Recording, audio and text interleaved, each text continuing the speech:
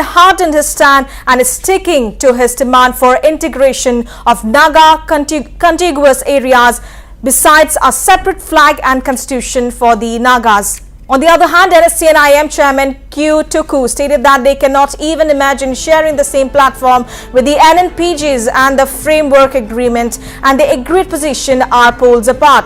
He stated that a separate flag and constitution are integral to the Naga cause. With both Tuccu and Mr. Muivah toughening their stand, is the Naga issue going to drag on? I'm joined by Editor-in-Chief Wasbir Hussain, who has been tracking the Naga issue for 4 decades now.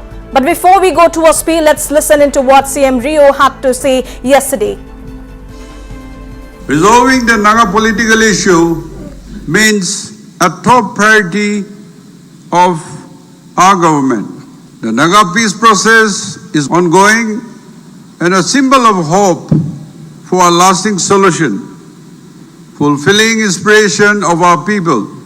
My government has been acting as an active facilitator to the peace process, as we need to work together for a peaceful resolution to the Naga political issue, ensuring justice and dignity to our people.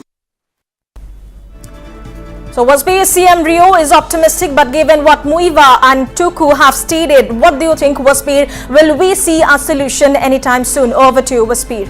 Well, Reshma, that's the million-dollar question. Like always, Mr. Nephew Rio, the Chief Minister of Nagaland, has been very optimistic about being able to resolve the Naga issue to the satisfaction of all the stakeholders. Now, yesterday, during his Independence Day speech, Mr. Nephew Rio, the Chief Minister of Nagaland, has once again reiterated that resolving the Naga political issue remains the top priority of his government. Now, he has also made it very clear once again that his government, that is the Nagaland government, is acting as an active facilitator to the peace process, and he said that all the stakeholders need to work together to usher in peace and justice and dignity for the Naga people. Now, that is what Mr. Nephew Rio has said, but in the last fortnight we have seen 2 big statements coming out from the 2 topmost leaders of the NSCN-IM. The first statement came from its chairman,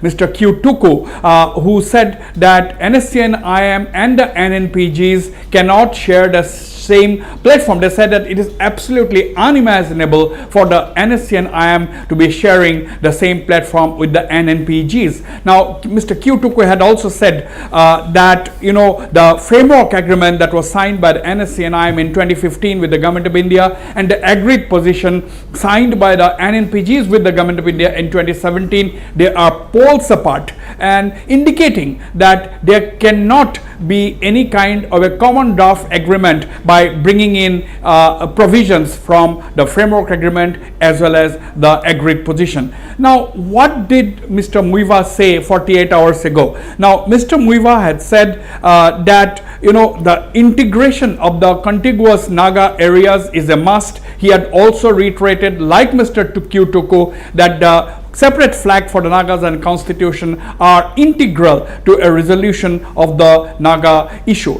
Now, in this backdrop, the optimism that was expressed by Chief Minister Nephew Rio during his Independence Day speech, the question being asked is it just a formality? Is it just a routine statement that he had made, or is he making that statement on the basis of the latest ground situation, or on the basis of his latest discussions with the stakeholders, meaning the NSCN-IM and the NNPG? If that is not so, nobody can question the genuineness of the government of Mr. Nephew Rio in trying to resolve the Naga political issue, or for that matter, no one can question the genuineness of most of the political parties in Nagaland or political leaders in Nagaland. I am saying most of the political leaders and parties in Nagaland they are genuinely interested in helping in whatever way they can to usher in peace in Nagaland by bringing about a resolution to the Naga political problem. And that exactly is the reason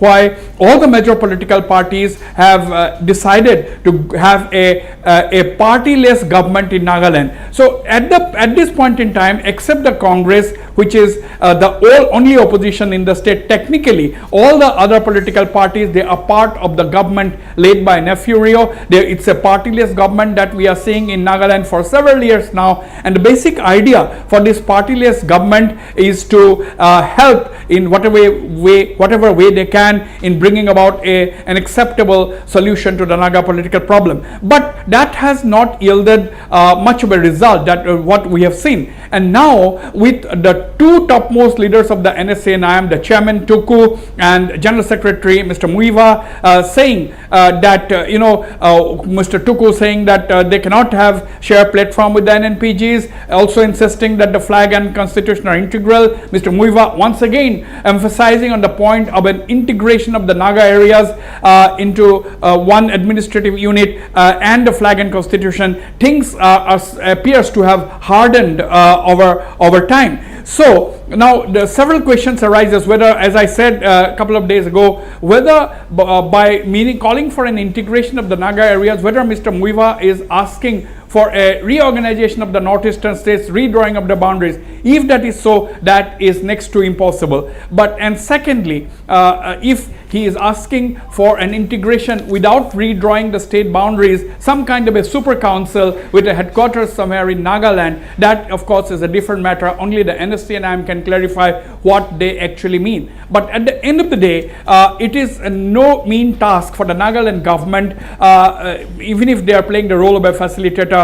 I think it calls for fresh dialogue by the Nagaland government facilitators with the NSCNIM as well as the NNPGs. Now, to my mind, the most urgent necessity on the part of the Nagaland government right now is to have a dialogue with the NSCNIM and ask them what they are really talking about. Have they really hardened their position? Have we understood their statements correctly? These are some of the things which the government of Mr. Nephew Rio need to do at this point in time, having a dialogue with the NSCNIM and prepare the ground for the resumption of the broader dialogue with the Government of India's interlocutors. Reshma. Thank you, Wasbir, for joining us and giving us your valuable insights.